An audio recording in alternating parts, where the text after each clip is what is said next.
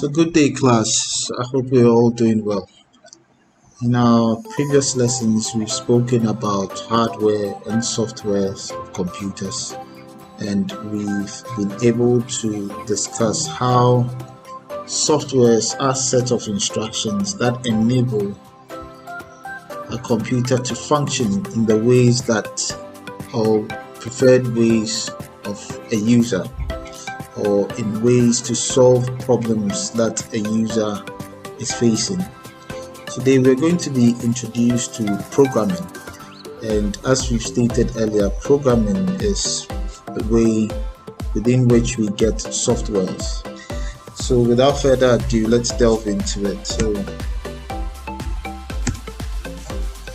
over here we have the Ericsson 1956, and when we were discussing computers earlier, we spoke about how computers of old were man-powered and were also used to perform specific tasks, unlike the computers that we have in this day and age.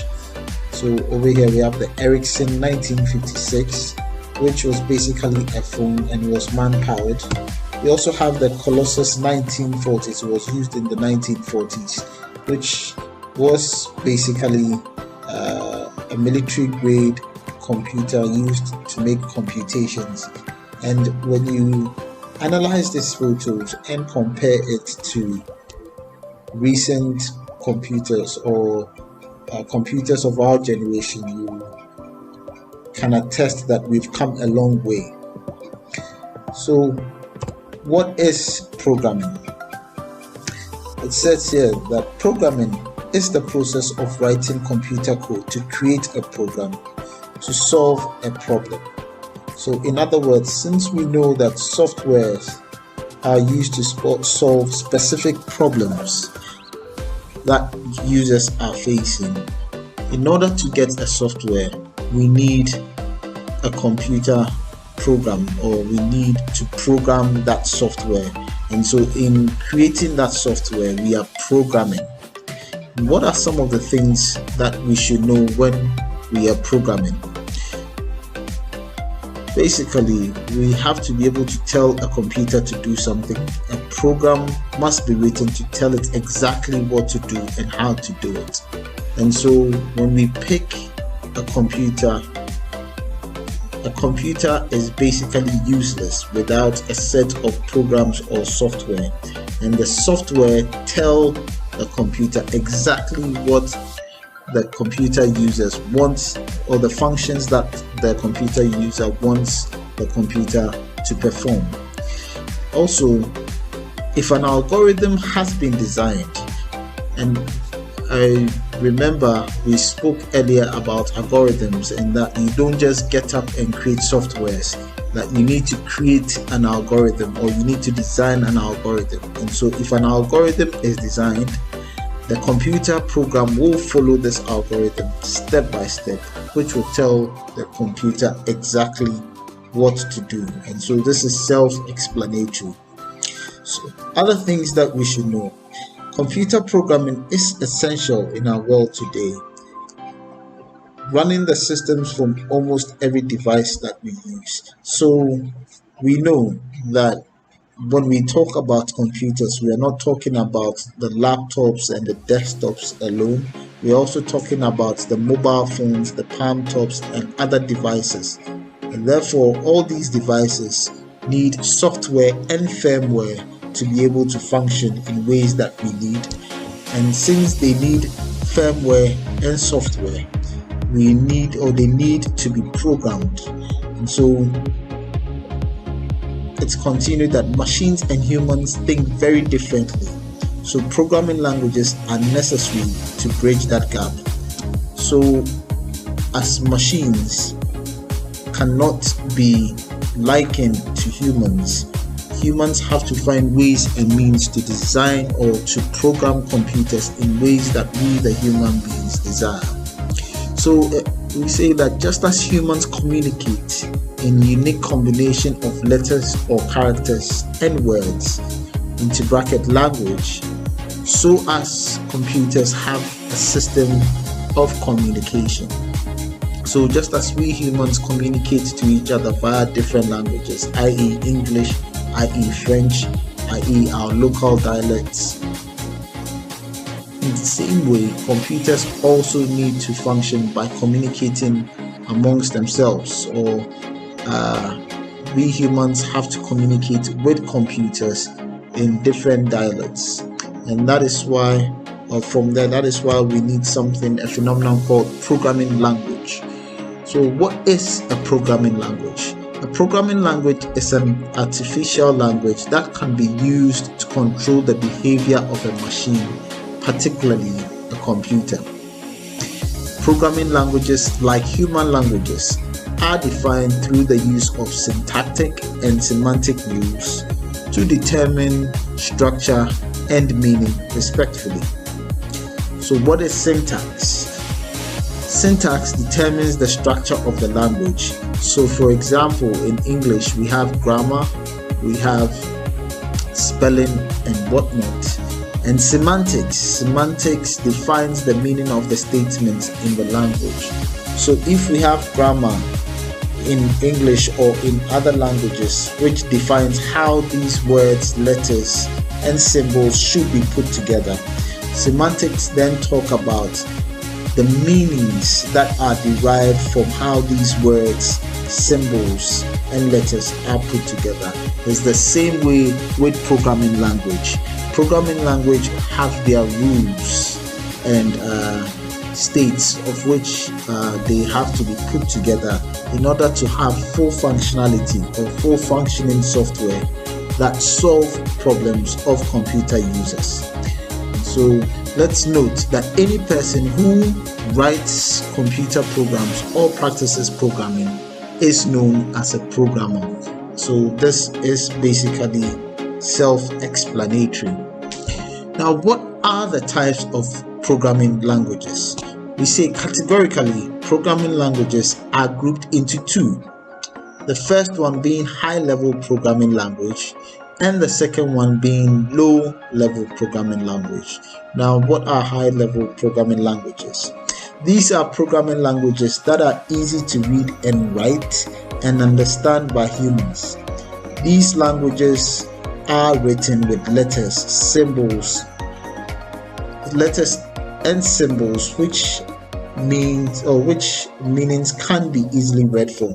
So we can say some high-level programming languages are the C++, the Pythons, the Java, the most recently Flutter, and other programming languages. Now, these programming languages can be read and understood by humans.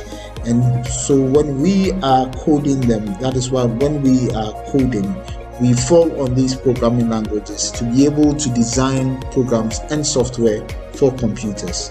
So all these are programming languages. Now, what are low-level programming languages? Low-level programming languages are languages that are only understood by machines. These languages are made up of binary. Mind you, when we say binary, we mean zeros and ones. And it is used to develop programs that directly communicate to a particular computer hardware. So below we have some main differences between high-level and low-level programming languages.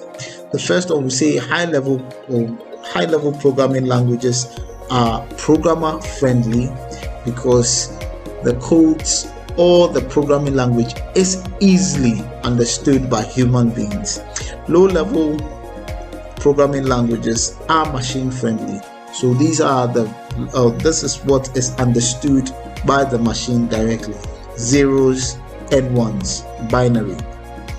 High-level programming languages are less memory efficient, so they use more memory, and low-level programming languages are highly memory efficient, which means they use much less memory.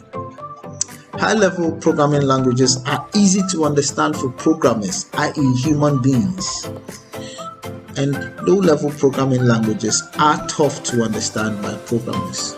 So as we said earlier on, it is tedious for human beings or programmers to constantly interpret or understand zeros and ones. That is why it is easier to fall on high-level programming languages. High-level programming languages can run on any platform, and low-level programming languages are machine dependent.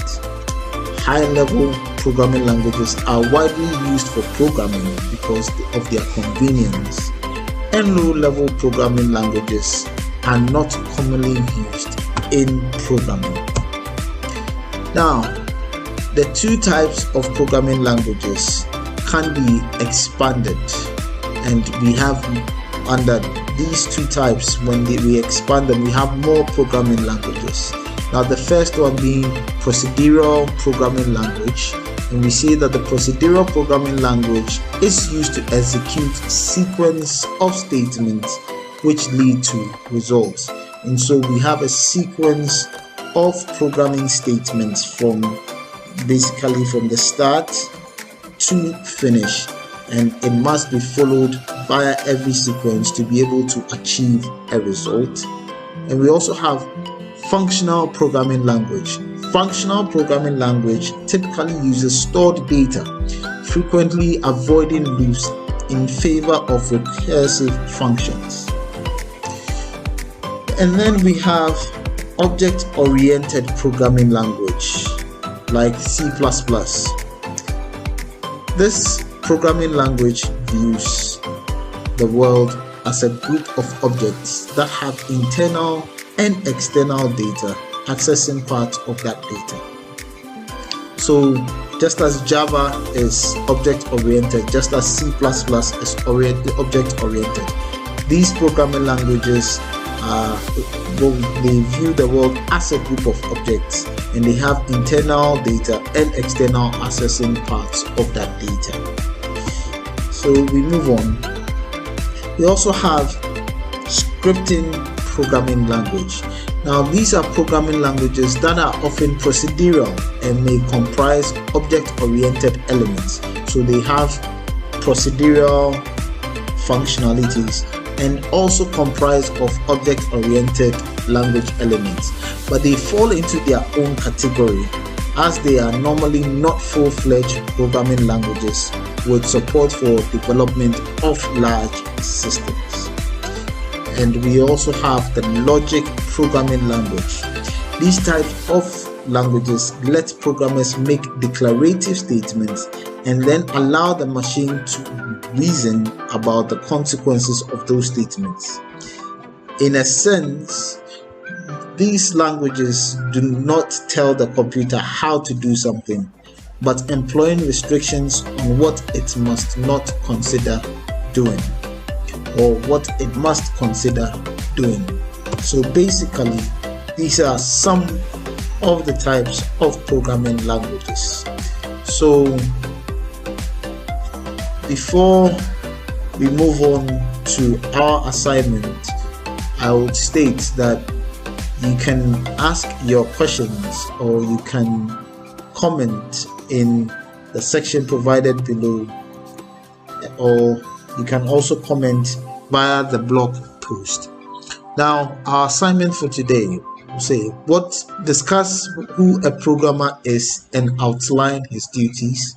And number 2, state and explain 2 types of programming languages. So as I said earlier, you can post your questions in the comment sections below, or you can comment in the blog post as well. So thank you very much for watching and listening. Have a good day.